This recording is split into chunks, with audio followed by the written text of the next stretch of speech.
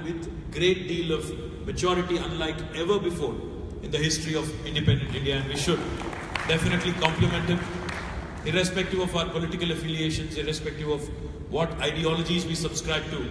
I think India today, across the world, thanks largely to the progressive push of our Honorable Prime Minister, and also the compelling business opportunity that India itself presents to the rest of the world.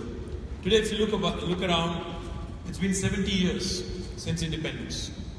If you look around and see how much progress we've made and where we are in terms of our growth story, I think India has a lot of ground to conquer. It has a lot of ground to cover.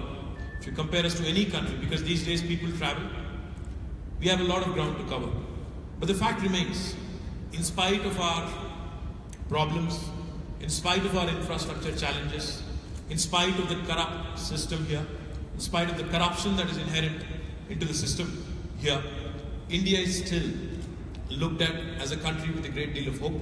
India is still looked at as a country with a great deal of potential. I'd also like to request Siddharth Chaudhary to join us on the stage. Please join us, Siddharth. India today, unlike ever before in the past, is being looked at with a great deal of interest.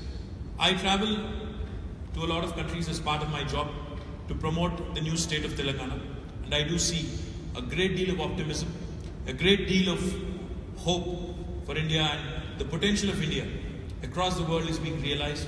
People do believe, especially investors do believe, that this is the right time to invest in India. Now, coming to our state of Telangana, wherever I go, I especially when I travel outside of my state, and especially when I travel outside of India, I tell two things to people. One, I talk about how compelling a business opportunity India is. Large market, 1.3 billion people, with a very, very large middle class, an affluent middle class which is growing by the day. A compelling business opportunity right there in terms of just the sheer size of the market. Beyond that, democracy, which has sustained itself for the last 70 years. इस 70 साल में भारत ने, हिंदुस्तान ने ये कर दिखाया पूरे दुनिया को कि जबकि हमारा नेबर जो है, they kept faltering at every stage. India, in spite of all its contradictions, in spite of all the diversity, in spite of so many inherent dichotomies, inherent heterogeneity, India has still managed to sustain itself, keep its flock together, and grow from strength to strength as a democracy. The second thing I tell people all the time, whenever I go outside, बहुत बार यही होता है, जब आप हिंदुस्तान के बाहर जाते हो, चाहे अमेरिका हो, चाहे यूरोप हो, चाहे मिडिल ईस्ट हो, चाहे कहीं भी हो, और जब कोई आप प्रोस्पेक्टिव इन्वेस्टर से मिलते हो, पहला चीज जो उनके मुंह से निकलता है वो यही होता है कि हिंदुस्तान बहुत डिफिकल्ट कंट्री है. India is a very difficult country to do business. बहुत सारे बार आप भी ट्रैवल करते हैं, आप भी प्रोस्पेक्टिव क्लाइंट्स को मिलते हैं, कस्टमर्स को मिलते हैं, पार्टनर्स को मिलते हैं. यही सुनने को बार बार मिलता है कि हिंदुस्तान जो है बहुत ज़्यादा रेड टेप है, करप्शन है, काम जल्दी नहीं बनती, बहुत सारे दिक्कतें हैं, बहुत सारे तकलीफ हैं, बहुत सारे मसाइल हैं. मैं उनको यही समझाने की कोशिश करता हूँ हमेशा, जब भी मैं बाहर जाता हूँ, जब भी मैं इन्वेस्टर से मिलता हूँ, मैं यही कहता हूँ कि आप हिंदुस्तान को, और बहुत सारे बार ये भी सुनने को मिलता है, lot of times people make this over simplified comparison between India and China. बहुत सारे बार मुझे पूछा जाता है, जब बाहर जाते हैं तो कहते हैं कि भाई जब चाइना ये कर सकती है, 10 साल में ये बदलाव ला सकती है, हिंदुस्तान में क्यों नहीं होता? Why can't India do something that China has done? A lot of times, because they think in their mind, China is a big country with a big population. India is also a big market with big population. जब China में कोई चीज हो सकता है, तो India में क्यों नहीं हो सकता? तो मैं उनको यही समझाने की कोशिश करते रहता हूँ. मैं कहता हूँ उनसे कि भाई चाइना एक देश, एक मुल्क है, it's a country, but India is not a country.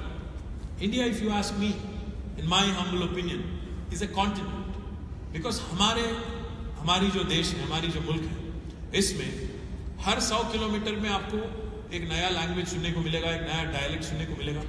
जो भाषा आप यहाँ पे बोलते हो और जो भाषा हम तेलंगाना में बोलते हैं, उसमें इतना फर्क है जितना ग्रीक और लैटिन में है, जितना जर्मन और शायद इंग्लिश में है, और जितना रशियन और शायद इटालियन में है. इतना ज़्यादा फर्क है. आपको एक और मिसाल के तौर पे एक और बात बताना चाहता हूँ. मैं बहुत बार ये बाहर कहते रहता हूँ। आज मेरे 2 प्रिंसिपल सेक्रेटरी मेरे साथ बैठे हुए हैं। एक जयेश रंजन साहब है जो हमारे साथ इंडस्ट्री में काम करते हैं, और दूसरे नवीन मित्तल साहब है जो हमारे म्यूनसिपल एडमिनिस्ट्रेशन में हमारे साथ काम करते रहते हैं। जो भाषा मैं घर पे बोलता हूँ और जो भाषा जयेश रंजन अपने घर पे बोलते हैं और जो भाषा नवीन मित्तल अपने घर पे बोलते हैं, उन तीनों में इतना फर्क है। नवीन पंजाबी है, जयेश तो हिंदी बोलते हैं, उत्तर प्रदेश से हैं, और मैं तेलुगु बोलता हूँ घर पे। इन तीनों भाषाओं में इतना ज़्यादा फर्क है, इतना ज़्यादा डिफरेंस है, जितना कि इंग्लिश और जर्मन में या चाइनीज़ और इटालियन में। मैं यही बात समझाने की कोशिश करते रहता हूँ कि इंडिया जो है एक देश नहीं, एक कॉन्टिनेंट है। यूरोप की तरह एक कॉन्टिनेंट है, एक ऐसा समुदाय है, एक ऐसा कॉम्प्लेक्स सोसाइटी हमारी है, जहाँ हर 100 किलोमीटर भाषा बदलती है, डायलेक्ट बदलती है, कुजीन बदलती है, लोग बदलते हैं। तो इतने सारे कॉन्ट्रडिक्शंस के बीच एक डेमोक्रेसी होते हुए भी इतना चेंज लाना इंडिया के लिए चाइना से अगर आप कंपेयर करते हो तो मुश्किल ही होगा। मैं बहुत बार एक समझाने की कोशिश करता हूँ। दूसरी बात भी मैं ये बोलता हूँ, हमेशा जो प्रोस्पेक्टिव इन्वेस्टर होते हैं उनको मैं समझाने की कोशिश करता हूँ। बहुत सारे बार यही होता है, lot of times when you meet prospective investors from abroad, they look at India through the prism of a world bank report और one of those consultants that they have engaged. उनके रिपोर्ट में जो लिखते हैं उसी के जरिए हमें देखते हैं। तो मैं उनको यही समझाता हूँ कि please don't look at us through the prism of a World Bank report or any other consultants reports. Prime Minister Modi, wherever he goes, says, "Make in India, manufacture in India, textile manufacture करिए, airplane manufacture करिए, हर वो चीज आप manufacture कर सकते हो आज दुनिया में, इंडिया में कीजिए, ये कहते हैं। बट वो ये नहीं कहते हैं कि आप गुजरात में मैन्युफैक्चर करो, make in Gujarat, make in Telangana, make in Uttar Pradesh, make in Rajasthan. वो कहते नहीं, वो कहते हैं कि मेक इन इंडिया। मैं इन्वेस्टर को यही समझाता हूं कि जब आप इंडिया की तरफ देखते हो, आप इंडिया को वर्ल्ड बैंक रिपोर्ट के प्रिज्म से ना देखें। आप चाहे प्राइम मिनिस्टर कोई भी हो, चाहे गवर्नमेंट कोई भी हो दिल्ली में, ultimately in India, in a federal setup, the cooperative federal structure, the action is in the states.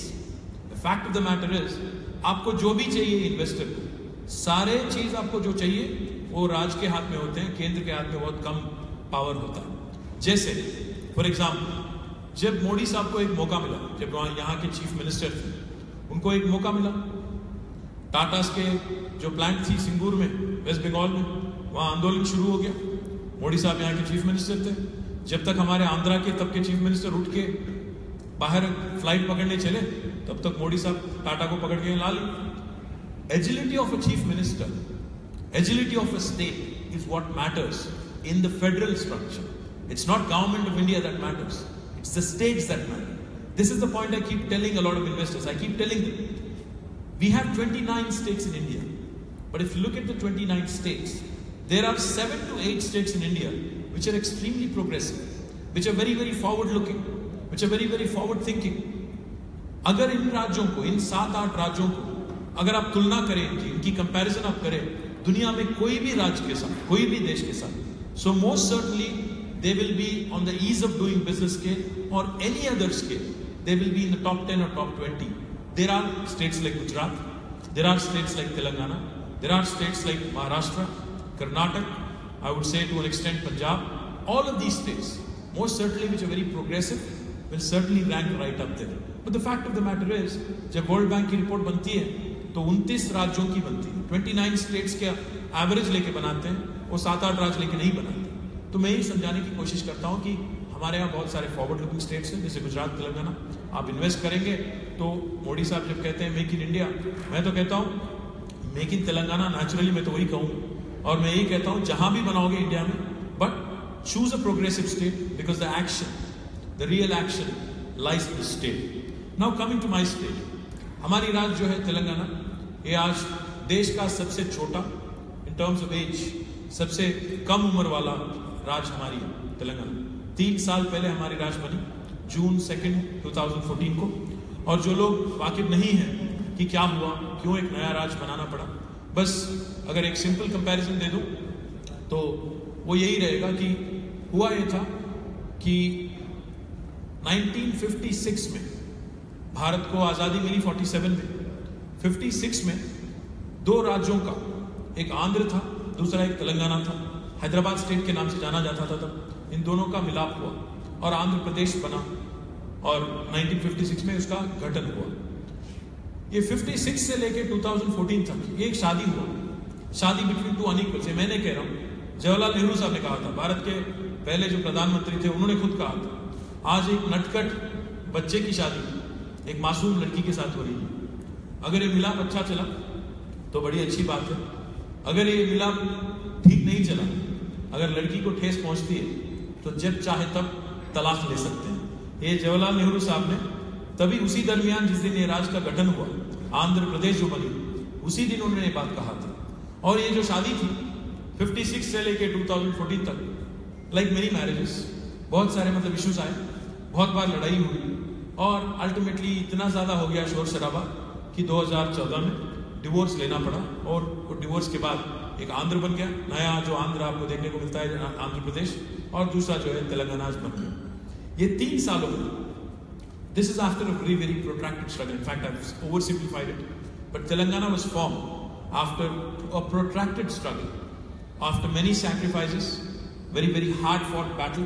उसके बाद 69 से लेकर 2014 तक कई सारे पॉलिटिकल पार्टीज ने तेलंगाना की आवाम को चीट किया, बिट्रे किया, और उस सब कुछ हो जाने के बाद, बहुत सारी कुर्बानियों के बाद, बहुत सारे सैक्रिफाइसेस के बाद इवेंचुअली 3 साल पहले तेलंगाना बना।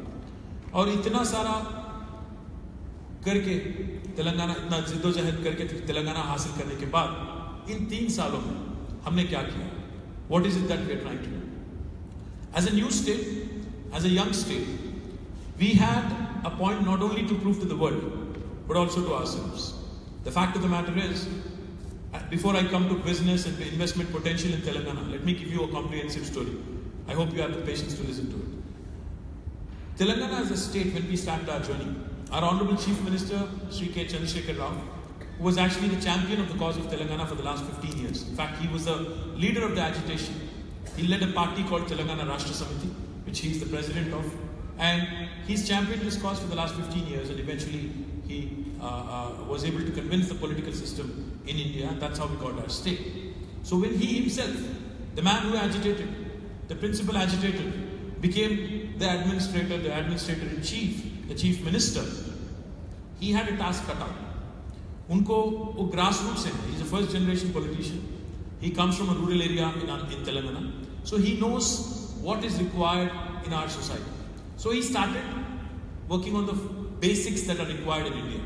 हम लोग बात कर सकते हैं, we can talk about aerospace, we can talk about ISRO and how they are launching many satellites in one go, etc., etc. But एक बात है, आज हिंदुस्तान में आज 70 साल के बाद, आज़ादी के बाद, आज भी बहुत सारे बेसिक्स की कमी महसूस होती है हर जगह, स्पेशली आपके रूरल एरियाज में और इवन अर्बन एरियाज में भी बहुत सारे बेसिक्स आज तक भी नहीं है।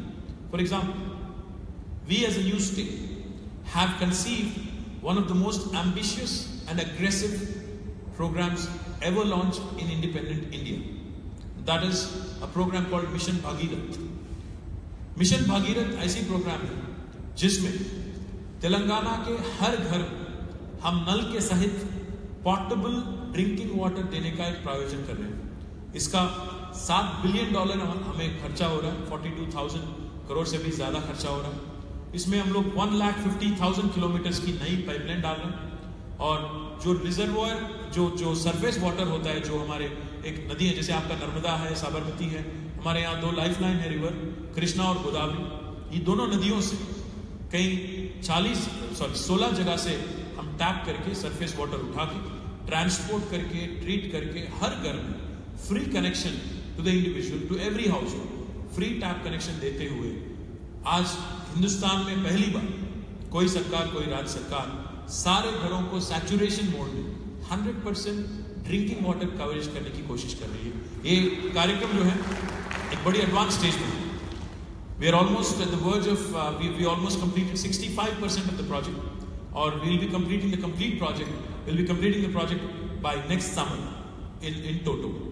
जब हम लोग ये प्रोजेक्ट कर रहे थे, जब हम लोग प्रोजेक्ट डिजाइन कर रहे थे, इसमें बात हो रही थी 1,50,000 किलोमीटर नया पाइपलाइन डालने का। तो हमने सोचा जबकि हम लोग पूरा लैंडस्केप को पूरा खोद रहे हैं, पूरा तेलंगाना की जो हर घर है, हर गांव है, हर गली है, उसमें अगर ट्रेंच कर रहे हैं तो इसमें क्यों ना कुछ और भी डाल दें, इसी ट्रेंच में क्यों ना कोई और चीज डाल दें। तो इसीलिए हमने भी synergized and we have also decided along the side of the water pipeline to lay a fiber optic cable. Now Telangana will not only be the first state in the country to be giving a portable drinking water connection to 1 crore houses. We will also be the first state in the country to be giving a broadband internet connection to each and every house in our state. Now I have lived in the United States for 8 years. मैं America में 8 साल रहा और America में भी कोई ऐसा state नहीं है जहां हर घर वायर्ड है, हर घर में ब्रॉडबैंड इंटरनेट है। तो शायद तेलंगाना पहला ऐसा राज्य देश में ही नहीं, हिंदुस्तान में ही नहीं, बल्कि शायद ऐसा एक राज्य होगा जो मिसाल के तौर पे पूरा दुनिया में सैचुरेशन मोड में ब्रॉडबैंड इंटरनेट कैसे दे सकते हैं, इसके बारे में जब भी चर्चा होगी। ब्रॉडबैंड इंटरनेट से क्या होगा, इसका क्या फायदा होगा? इसका फायदा ये है कि आज भारत में, हिंदुस्तान में जो लोग आज अपनी जो 70 से ज्यादा आबादी जो रूरल एरियाज में रहती है, उनका सबसे बड़ा चैलेंज है दिस लास्ट माइल कनेक्टिविटी, जिसको हम लोग कहते हैं। हेल्थ में, एजुकेशन में सबसे बड़ी चैलेंज उन तक इंफॉर्मेशन पहुंचाना या उनका ट्रीटमेंट कराना या उनको क्वालिटी मटेरियल पहुंचाना सबसे बड़ी चैलेंज होती है। जब each and every house is wired, and आप तो जानते ही हो हिंदुस्तानी मेंटालिटी ऐसी है, चाहे घर में नल हो ना हो, टॉयलेट हो या ना हो, टीवी तो पक्का होगा। चाहे आप झोपड़पट्टी में भी रहो, टीवी जरूर मिलेगा आपको, कलर टीवी मिलेगी, ये तो पक्की बात है, आप भी जानते हो, मैं भी जानता हूँ। हिंदुस्तानी मेंटालिटी है, क्योंकि TV is the only form of entertainment we have. So therefore what we thought is there will come a day, if not today, there will come a day tomorrow when each and every smart TV in our country can be converted into a smart PC if you just plug it in. आपको कोई computer खरीदने की जरूरत नहीं, आपकी जो खुद की टीवी है घर में आपकी, उसको हम लोग अगर स्मार्ट पीसी बना सकते हैं तो आपके बच्चों को अच्छी सी तालीम दिया जा सकता है। आप जो खर्चा करते हो एजुकेशन पे, ट्यूशन पे, आपको सीधा सीधा आपके घर में quality instruction, IITs, IIM professor आपको लेक्चर सुनाएंगे। टेलीमेडिसिन हो सकता है, ई कॉमर्स हो सकता है। आप ताजुब हो जाएंगे, आप चौंक जाएंगे अगर मैं आपको एक दो एग्जाम्पल दूंगा। हमारी बात हो रही थी अमेजोन से, हमारी बात हो रही थी फ्लिपकार्ट और स्नैपडील से। जब हमने उनसे पूछा कि हिंदुस्तान में आपकी सबसे बड़ी मार्केट कौन सी है, आपकी सबसे बड़ी कंजम्पशन कहाँ पे, तो उन्होंने ना अहमदाबाद का नाम लिया, ना हैदराबाद का नाम लिया, ना मुंबई का नाम लिया। उन्होंने कहा सबसे बड़ी हमारी ऑर्डर आती है जबलपुर से। मैं चौंक गया, मैंने पूछा ऐसे कैसे? बोले the rural India today, the rural Indians who want to spend, who want quality products, who do not want to compromise, are placing a lot of orders on these e-commerce outlets. It is not Mumbai's and Delhi's and Kolkata's and Madras or Hyderabad. It is these rural Indians who are wanting more. उनको चाहिए quality. तो जब आप equality लाते हो इसके जरिए, e-commerce के जरिए, the possibilities are endless. So this is another very interesting thing that we've come up with. Before I proceed any further, I also want to tell you one more thing which is important from Telangana's perspective. आप सोच रहे होंगे तेलंगाना इतने सारे project कैसे कर रहे हैं? तेलंगाना इतने सारे प्रोजेक्ट इसलिए कर पा रहा है क्योंकि हम इस देश में, इस मुल्क में ऐसे 2 ही राज्य हैं जो रेवेन्यू सरप्लस है। एक है आपका राज्य गुजरात और दूसरा है हमारा राज्य तेलंगाना। ये दोनों ही राज्य 29 राज्यों में से रेवेन्यू सरप्लस राज्य। इन दोनों ही राज्यों को आज इकोनॉमिक बायोएंसी है, मार्केट में जाके पैसा बोरो करने का बायोएंसी और फाइनेंशियल इंस्टीट्यूशंस का भरोसा रखने का जो कैपेबिलिटी है, ग्रोथ पोटेंशियल है, दोनों ही राज्यों को ज्यादा है अगर सब in comparison to everybody else. So therefore not just this drinking water project, we have in fact conceived and are executing several other flagship projects which are going to be pioneering and which are going to be one of its kind in India. The other project I would like to talk about is Telangana is a land of undulating topography. हमारी land जो है even नहीं है। आपका जैसा कच्छ है, कच्छ तो एकदम आप मिलों कितने भी मील देखो आप, फ्लैट लैंड आपको देखने को मिलेगा। तेलंगाना ऐसी जगह नहीं है। Telangana is full of undulating topography, जहाँ हिलॉक्स है, जहाँ नदी है, हर कोई चीज है। So when we looked at our topography, not just us but even the people that ruled us in the past, आज हम लोग बात करते हैं वाटर हार्वेस्टिंग की, वाटर शेड की, बट जो रूलर हमारे तेलंगाना में थे इससे 1000 साल पहले, उनको पता था वाटरशेड क्या चीज़ है। उन्होंने क्या किया कि उन्होंने एक चेन टैंक सिस्टम बनाया। लेवल ग्रेडियंट, एक जब पानी की बूंद आती है और एक ऊपर वाला जो टैंक फुल हो जाता है तो उससे ट्रिकल डाउन होकर नीचे वाला नेक्स्ट लेवल पे आ जाता है, उसके नीचे ऐसे 14, 20, 22 बहुत सारे चेन टैंक सिस्टम बने हुए थे तेलंगाना में। 75,000 से ज्यादा, more than 75,000 tanks were built और were made by the previous administrations and previous rulers in Telangana much before independence of India. When I went to Minnesota recently, in America, to participate in some conference, met the governor there. She was saying with a lot of pride कि we are called the land of 10,000 lakes. तो मैंने कहा इसमें क्या बड़ी बात है, हमारे यहाँ तो 75,000 lakes हैं। वो तो परेशान हो गए, कहने लगे 75,000 कैसे हो सकते। तो मैंने कहा कि हमारी खासियत ये है कि वर्ल्ड आज बात करती है वाटर शेड की, वाटर हार्वेस्टिंग की, वाटर कंजर्वेशन की। हमारे यहाँ पुश्तियों पहले हमारे जो जितने भी राजा महाराज थे उन्होंने खुद बनाया, बट अनफॉर्चुनेटली जब आंध्र प्रदेश बनी उसमें ये लेक्स को निगलेक्ट किया गया था। ये सारे जितने भी 75,000 लेक्स थे ज़्यादातर निगलेक्ट किए गए, 30,000 तो गायब हो गए, अब बचे 45,000। तो उनको हम एक मिशन मोड, मिशन काकतिया, जो काकतिया डायनास्टी जिन्होंने ज़्यादा लेक बनाए थे, ज़्यादा टैंक बनाए थे, उनके नाम पे प्रोग्राम रख के 20,000 खर्चा, 20,000 करोड़ इस पे खर्च करके हम एक स्ट्रेटेजिक प्रोग्राम लेके 5 साल के अंदर वे 45,000 टैंक्स को रिपेयर करने की कोशिश कर रहे हैं। This is again one of those watershed movements. In fact, not just Government of India, not just Niti Aayog, UN and a lot of other agencies have also appreciated Telangana government's concern towards environment, their efforts towards environment, and this is one of those flagship programs which is going to be a pioneering concept for the rest of India to follow at a later date. The third thing I would like to talk about is Telangana's efforts to improve our green cover. We're a very environmental conscious society and a very environmental conscious state. Our Honorable Chief Minister is a very, very strong proponent of environment. He launched another flagship program called Harita Haram.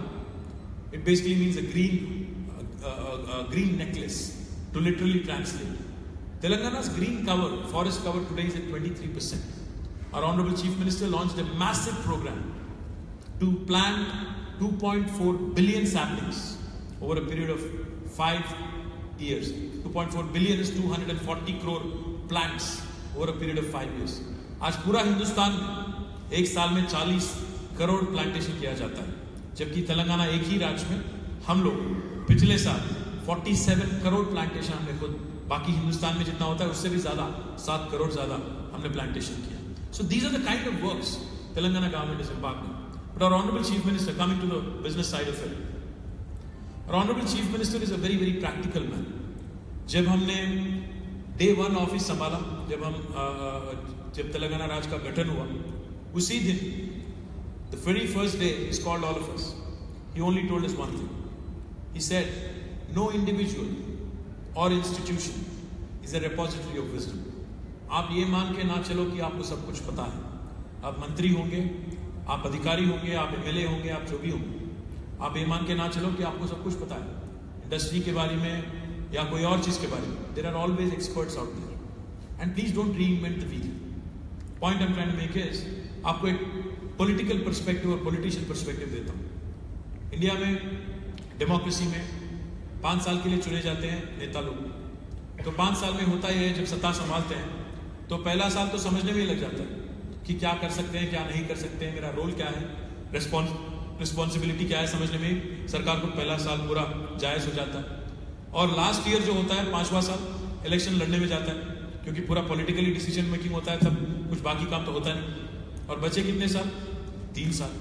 अब इन 3 सालों में आपको कुछ कर दिखाना है, तो definitely you cannot be reinventing the wheel. You should imbibe the best practices जहां कहीं भी है, उसको लेके अपना के आपको आगे जाना है. आपको इंश्योर करना है कि you deliver on the promise. So our chief minister is very clear. He said when we were formulating our industrial policy, our chief minister didn't do it in a बंद कमरा. वो अपने आप बंद कमरे में 4 अफसरों के साथ बैठ के बना सकते थे, उन्होंने किया नहीं. उन्होंने ऐसे ही एक बड़ा हॉल में 6-7 घंटे इंडस्ट्री के साथ मीटिंग की. इंडस्ट्री के वेरियस एसोसिएशंस आई, CII, FICCI, chamber of commerce, बहुत सारे लोग आए, 250 से ज्यादा लोग, women entrepreneurs, every kind of entrepreneur was there. They all voiced their concerns. उनको क्या चाहिए उन्होंने बताया, वो सब फीडबैक हमने लिया और लेके फिर हमारे सेक्रेटरीज जो हैं उनको मैंडेट दिया गया। उनको कहा गया कि आप दुनिया की सबसे बेहतरीन, सबसे अच्छी इंडस्ट्रियल पॉलिसी क्या है, क्योंकि आज कंपटीशन गुजरात के साथ, कर्नाटक के साथ या आंध्र के साथ नहीं है। आज हम लोग कंपीट करते हैं दुनिया के साथ, आज हम लोग कंपीट करते हैं बाकी देशों के साथ। आज चाइना के साथ मुकाबला है, मलेशिया के साथ मुकाबला है, कहीं और राज्यों देशों के साथ मुकाबला है, भारत के भीतर ही मुकाबला नहीं। तो उन्होंने कहा कि दुनिया की सबसे बेहतरीन पॉलिसी इंडस्ट्रियल जो है उसको उठाओ, उसमें जो अच्छे बात है, उसमें जो अच्छे बातें हैं उनको आप उठा के उनको आप अपनाओ। तो इसलिए जब हमारे जयेश रंजन साहब, हमारे प्रदीप चंद्रा करके सेक्रेटरी थे, इन्होंने जब बैठ के ये पूरा इकट्ठा किया समाचार, when they were working on this policy, Chief Minister sat with them many a times, and eventually we came out with the policy, which I'm proud to say is possibly one of the best industrial policies in the world. आप पूछ सकते हो मुझे कि क्या खूबी क्या है इसमें। मैं आपको 3 चीज बताना चाहता हूँ। The first and foremost thing, अगर आप में से किसी को भी, चाहे कोई भी सेक्टर में, हमारे 14 प्रायोरिटी सेक्टर्स हैं, मैं उसके बारे में भी बात करता हूँ, कोई भी यहाँ पे इंडस्ट्री है, एंटरप्रेन्योर है जिनको तेलंगाना में बिजनेस करना है, आपको तेलंगाना में अगर आपका जमीन है तो आपका खुद का जमीन है, तो ना जयेश रंजन से, ना नवीन मित्तल से, ना मेयर से, ना मुझे किसी को मिलने की जरूरत नहीं। तेलंगाना में we follow a new system called self certification. We believe in the investor. हम ये उम्मीद करते हैं कि जब कोई अपना इन्वेस्टमेंट ला रहे हैं, जब कोई भी इन्वेस्टर अपना इन्वेस्टमेंट कोई नए राज्य में ला रहे हैं, तो उन्होंने पूरा छानबीन किया हो कि यहाँ की लॉस क्या है, रेगुलेशंस क्या है, क्या चीज कर सकते हैं, क्या चीज नहीं कर सकते। We have reposed faith in our investors and we believe in what is called self certification, where you can start your enterprise और where you can start your manufacturing facility और your construction on day 1 without speaking to any bureaucrat, any minister, any politician in the state government. ये आपको कोई राज्य में सुनने को नहीं मिलेगा।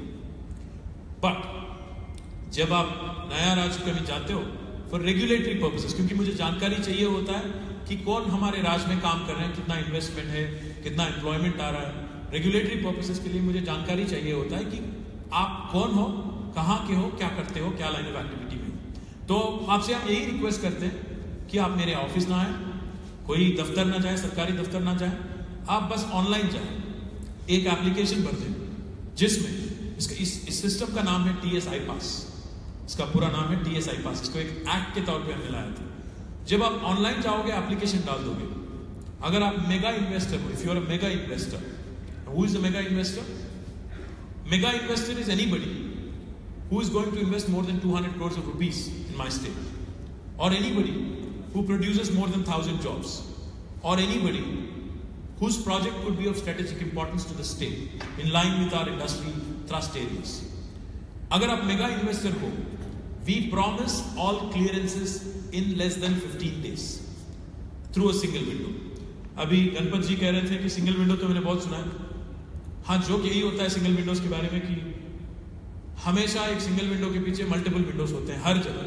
बोलते तो सिंगल विंडो है, बट छुपे रहते हैं बहुत सारे अलग अलग विंडोज जहां आपको जाना ही पड़ता है। हमारे यहाँ ऐसी बात नहीं है।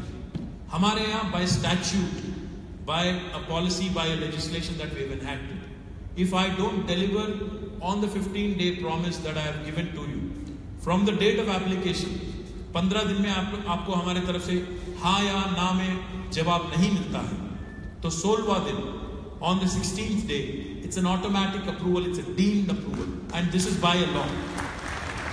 This is not some minister giving you a statement in thin air. This is enacted by the government as a legislation. This gives you the right to go to a court of law and say that this is something the government promised, they didn't deliver. And we take accountability very seriously. बहुत सारी जगह ये भी होता है कि government कोई चीज प्रॉमिस करती है और गवर्नमेंट प्रॉमिस करके अगर मुखर जाती है, नहीं करती है, वादा नहीं निभाती है, तो क्या कर लोगे? एज एन इन्वेस्टर क्या कर लोगे? कुछ नहीं कर पाओगे बाकी राज्यों में, बट तेलंगाना में कर सकते हो। In fact we are liable for penal action if we don't deliver on the promise of 15 days. I'll also tell you one more thing. On the 16th day, our bureaucrats, even the IAS officers, Jayesh Ranjan, Naveen Mittal included. If they are held responsible for holding up a file, they are fined a sum of rupees 1,000 per day, a penalty of rupees 1,000 per day till such time as they clear the file. ये आपको कहीं सुनने को नहीं मिलेगा। भारत में, हिंदुस्तान में एक IAS ऑफिसर पे या कोई भी ऑफिसर पे फाइन करना, पेनल्टी उनके सैलरी से कट करना छोटी बात नहीं है, बहुत बड़ी बात है गवर्नमेंट के लिए। तो ऐसा चीज हुआ ये था कि मैं अमेरिका में था पिछले साल, तो मैं KPMG चेयरमैन साहब से मिलने गया। तो मैंने उनको बताया कि sir, no other state in India has this kind of policy. वो पूरा सुने, 1 मिनट मेरा चेहरा देखते देखते रह गए, फिर उन्होंने स्माइल करके बताया मुझे, no other state in United States also offers you this. America में भी कोई राज नहीं करता ऐसा कुछ जो तुम लोग कर रहे हो। तो बताओ हर किसी को कि अमेरिका में भी इतनी अच्छी पॉलिसी नहीं है। तो मैं कहना ये चाहता हूँ, जो लोग सुन के मन में ये सोच रहे हैं कि बातें तो बड़ा अच्छा कह रहे हैं, ये कुछ काम होता है कि नहीं है, जो सोच रहे हैं जो लोग, मैं उनको आश्वासन देना चाहता हूँ कि पॉलिसी हमारी लॉन्च होकर 2 साल हो गए, 2 years have lapsed. This was launched on 12th of June 2015, 2 years ago. Till today, in the last 2 years, we gave clearances to more than 4,000 units. We were able to attract more than 70,000 crores of investment. We were able to create more than 2 lakh direct jobs. And all of these 4,000 clearances were given in less than 15 days. That goes to show you the kind of commitment this government has towards actually executing. बात ही नहीं, बल्कि delivery भी हमारी ऐसी है। चाहे आपके बहुत सारे दोस्त होंगे इंडस्ट्री में, जो लोग हैदराबाद में, तेलंगाना में बिजनेस कर रहे होंगे, आप पूछ लीजिए उनसे, क्योंकि I believe seeing is believing. You have to see to believe something. You have to आजमा के देखने में आपको उसका नतीजा पता चलेगा, otherwise you won't understand what I am saying. Now coming to the different opportunities in Telangana, we have about 14 sectors in which we are seeking investments. Telangana and Hyderabad already enjoy a certain dominance in some fields. For example, यहाँ पे मैं अभी we met the entire team of Torrent. We were very delighted to meet them, Torrent Pharma and Torrent Power. I explained to them the opportunities, and they know the kind of dominance Hyderabad enjoys in the life sciences field. Life sciences में Hyderabad is one of the leaders in India. Hyderabad is the life sciences capital of India, if you ask me. Because bulk drugs, Hyderabad is the capital. Pharmaceuticals, more than 30-35% of pharmaceuticals in India are manufactured in Hyderabad. Vaccines, you would be surprised to know this. Vaccines, I'm not talking India. Global vaccine manufacturing, अगर आप देखेंगे, more than 30% of global vaccines are manufactured in Hyderabad. So अगली बार आपके या तो बेटे को या आपके पोते को या पोतरे को आप वैक्सीन शॉट ले जाने देने डॉक्टर के पास जाएंगे, there is 1 in 3 chance that it could have been manufactured in Hyderabad. So that is how strong we are in the life sciences side. We have a wonderful place called Genome Valley. We've recently launched Genome Valley is where large number of biotech companies are situated. That is where all these vaccine manufacturing happens. Recently, as part of continuing this life sciences spectrum, we've launched a medical devices, India's largest medical devices park. We are looking to, today Indians import more than 80% of medical devices that we use in our day-to-day usage. Now we're trying to improve on that manufacturing potential within India as part of the Make in India campaign. Now we are also launching India's largest, one of its kind, pharma city in about 16,000 acres of land. This will be one of its kind, a state-of-the-art facility, a zero liquid discharge facility, where you can come in and hit the ground running. You don't have to worry about public hearing. You don't have to worry about environmental clearance. You don't have to worry about effluent treatment, because it is going to be a zero liquid discharge facility with a common effluent treatment, with an en masse environmental clearance, en masse public hearing taken care of by the government, with ready-made infrastructure, a plug-and-play facility.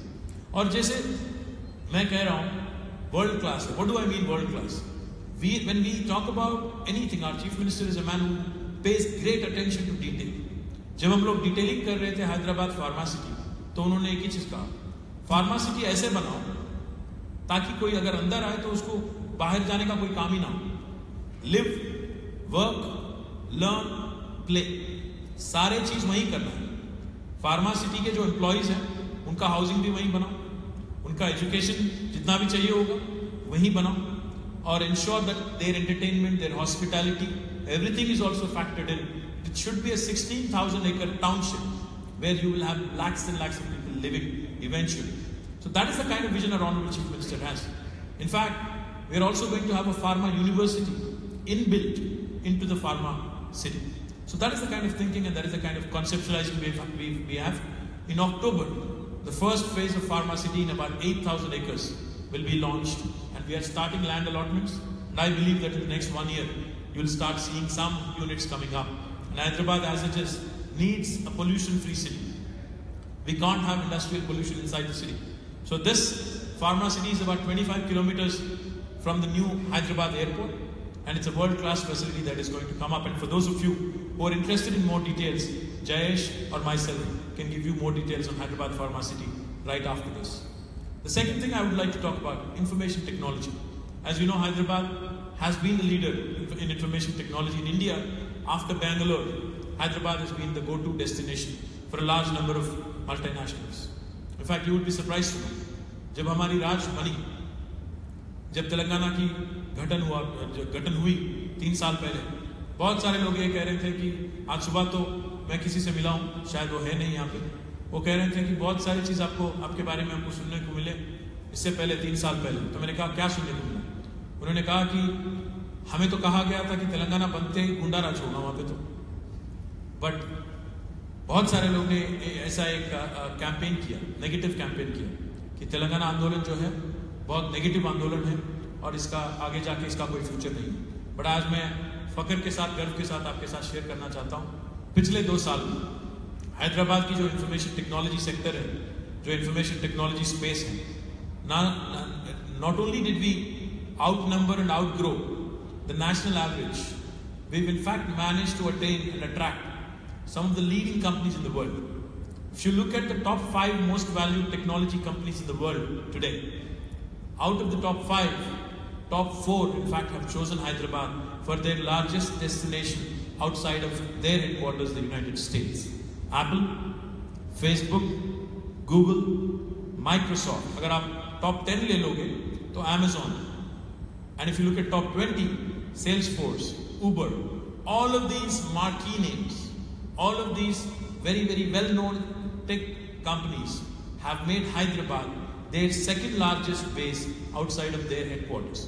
That goes to show you the kind of talent pool there is in Hyderabad, the kind of progressive government there is, the kind of policies we have to aid and support the kind of investments we are receiving. And we are now trying to turn a page. India has always been a software powerhouse. Now we are trying to change that. In line with the Honorable Prime Minister's vision and our Honorable Chief Minister's vision, we have started a campaign, Make in Telangana. And we are trying to attract more and more electronic manufacturing companies. And for those of you who are in the space of electronics manufacturing, I request you, I urge you to look at Telangana because of one simple reason. Today, Government of India has approved clusters across the country. पूरा देश में 3,300 एकड़ जमीन भारत सरकार ने electronic manufacturing cluster के नाम पे घोषित किया।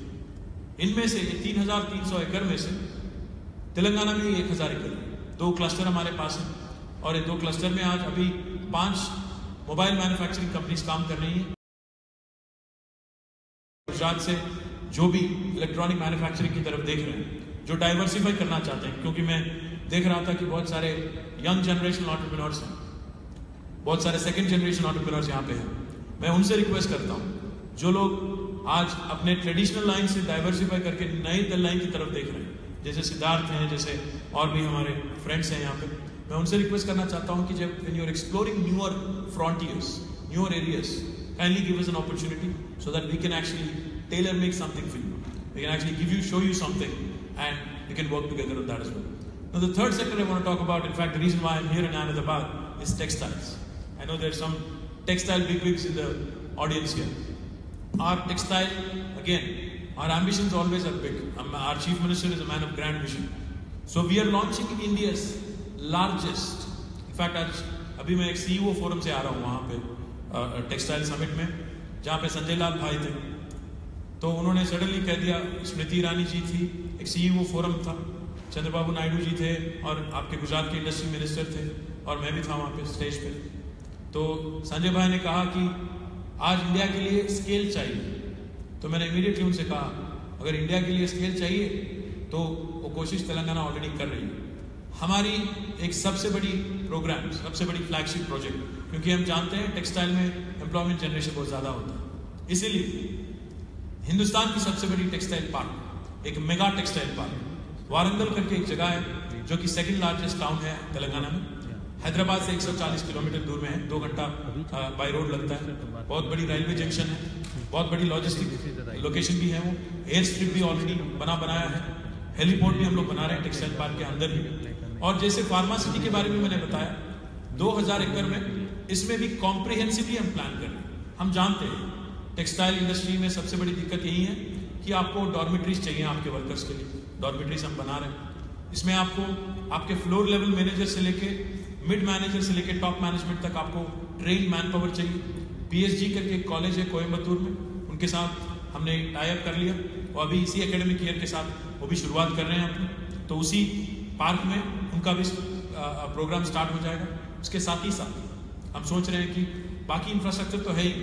अभी मैं बात कर रहा था मंच पे, मेरे साथ गौतम सिंघानिया थे, वो कह रहे थे कि आपको गुजरात के साथ या कोई और राज्य के साथ कंपटीशन नहीं है आपका कंपटीशन है इथियोपिया के साथ, क्योंकि इथियोपिया में बड़ी चीज़ कर रहे हैं, बहुत कम दाम पे पावर देते हैं, लेबर भी बहुत फ्रेंडली है और वहाँ पे ड्यूटी फ्री, US और यूरोप में ड्यूटी फ्री पॉलिसी भी है। तो कह रहे थे कि ऐसे एक पॉलिसी बनाओ जो इथियोपिया से भी कम्पीट कर सके। तो मैं आपको वादा करता हूँ जो भी यहाँ पे शख्स बैठे हैं, जो भी ग्रुप रिप्रेजेंटेटिव्स बैठे हैं जिनका टेक्सटाइल में आपका इंटरेस्ट है, हम आपके साथ बैठ के हमारी पॉलिसी में अगर जरूरत पड़े तो चेंजेस भी लाएंगे। Will make it such an attractive policy and if I were to put it in one word, I will either meet or beat the best offer you have in India when it comes to textile manufacturing. That is the kind of flexibility we as a government look at. Now the other sector I wanted to talk about and attract your investments and your attention is food processing. जैसे आप जानते हैं food processing is an area where we are very weak in India. We have not done very well as a country. So we have a very very long way to go. In fact अगर आप developed nations, western nations के साथ देखेंगे तो हम लोग कम से कम 30-35 साल उनके पीछे हैं। There are processed food, post-harvest wastage of food in India is still rampant and huge. That is something we also want to change. We have 4 dedicated food parks in Telangana, and I'm delighted that Ganpatji is considering setting up one food processing unit in Telangana also. I hope he will come with a significant investment, and I also hope he'll inspire many of you to also join him, because as you know, he's had a successful exit. And he's had a very good run in the food industry for a very long time. And I do hope with someone like him coming and endorsing us, Telangana will get a shot in the arm and will definitely go to the next league, next level in food processing as well. The opportunities are many. I can give you more details. Automobile manufacturing is another sector where we certainly are seeking investments. In fact, automobiles, we already have Mahindra's, Ashok Leyland and several other manufacturers working out of Telangana. But we are looking also for investments in automobiles. In fact, plastics. We also had good discussions with some companies here. We are looking for investments in plastics, polyfilms, high-end plastic packaging. This is again a very important sector for us. I also happen to see Jakshesh, I think he's somewhere, the president of CREDAI India. Real estate, urban development is another area. Logistics is another area where Hyderabad offers fantastic opportunities. In fact, let me just give you one example why I believe this is a great opportunity. आप में से पता नहीं कितने लोग हाल ही में 2, 4, 3 साल या 1 साल के अंदर हैदराबाद जाके आए, पर अगर आप नहीं गए तो आपको मैं रिक्वेस्ट करता हूँ कि एक बार आके देखें, क्योंकि मैं जिस चीज़ की बात कर रहा हूँ, हैदराबाद एयरपोर्ट से आप जैसे ही बाहर निकलते हैं आपको एक 8 लेन एक्सप्रेस वे देखने को मिलेगा। This is 160 kilometres. आपका जो जैसे SP रोड है ये तो 40 किलोमीटर है, 4 लेन, हमारा 8 लेन है, 160 किलोमीटर, और it's a world class road. This road has opened up 80,000 acres of land around the city of Hyderabad for further development. Now we want to decongest our city. We don't want to run into the same problems of infrastructure crumbling, traffic congestion. So we are planning counter magnets or satellite townships, as you call them. We are planning, in fact, Naveen Mittal is here. You can talk to him and he can give you more details. We are planning 13 satellite townships around this outer ring road, and I seek your investments. I seek your interest. If you would like to come and discuss with us in Hyderabad, you would like to see the place for yourself, you can work with the government in a joint venture. We can work together on developing with a minimum scale of 250 acres in a land pooling concept. We can work. We are coming out with land pooling policy as well, and we can start developing a satellite township around this beautiful expressway, because ultimately it's infrastructure that is important. We've laid the infrastructure. Now we are taking it to the next level, trying to decongest our city and build this self-contained township with the philosophy of live, work, learn, play, with all kinds of amenities right in there. So these are some areas. There are many other areas that I may have missed out on. There are many other projects that I may not have mentioned also. But in the last 3 years, the new state of Telangana has been making waves for one simple reason. सबसे आखिरी बात ये मैं करता हूँ, बाद में we can interact informally also. सबसे अहम बात, सबसे बड़ी बात जो मैं कहना भूल गया, और सबसे इम्पोर्टेंट बात यही है कि तेलंगाना आज अगर तरक्की कर रही है तो सबसे बड़ी वजह एक ही है. तेलंगाना में आज आपको ब्यूरोक्रेटिक या पॉलिटिकल करप्शन आपको देखने को नहीं मिलेगा. हमारे यहाँ कोई लेना देना नहीं है. अभी मैं आके आपसे बात कर रहा हूँ, रिक्वेस्ट कर रहा हूँ कि आप इन्वेस्ट करें. आप आजमा सकते हैं. आप कोशिश कीजिए, आप आइए, हमारे अधिकारियों से मिलिए, हमसे मिलिए और एक प्रोजेक्ट लॉन्च करने की कोशिश कीजिए, या आप बात करिए आपके दोस्त जो इन्वेस्ट किए हैं, आपने जो भी आपके मित्र होंगे, आपके कस्टमर होंगे, बात करके देखिए कि किसी को रिश्वत देने की ज़रूरत पड़ी या कई चीज़ करने के लिए आपको कहीं कुछ करना पड़ा, कोई कॉम्प्रोमाइज़ करना पड़ा, आप पूछ के देख सकते हैं. मैं इतना कॉन्फिडेंस के साथ आज अहमदाबाद में खड़े होकर ये बात इसलिए कह पा रहा हूँ क्योंकि हमारी जो ब्यूरोक्रेसी, हमारे जो ऑफिसर पूरे के पूरे आज हमारे नए चीफ मिनिस्टर साहब, नया एडमिनिस्ट्रेशन की जो ओरिएंटेशन है उसमें आ गए.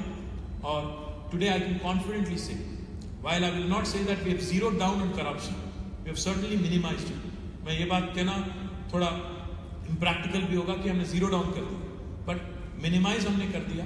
हमने पॉलिटिकल करप्शन और ब्यूरोक्रेटिक करप्शन को as much as possible we have minimized it, and I can assure you we are more process driven because we are a government that believes that individuals are temporary, institutions are permanent, people are temporary, processes are permanent.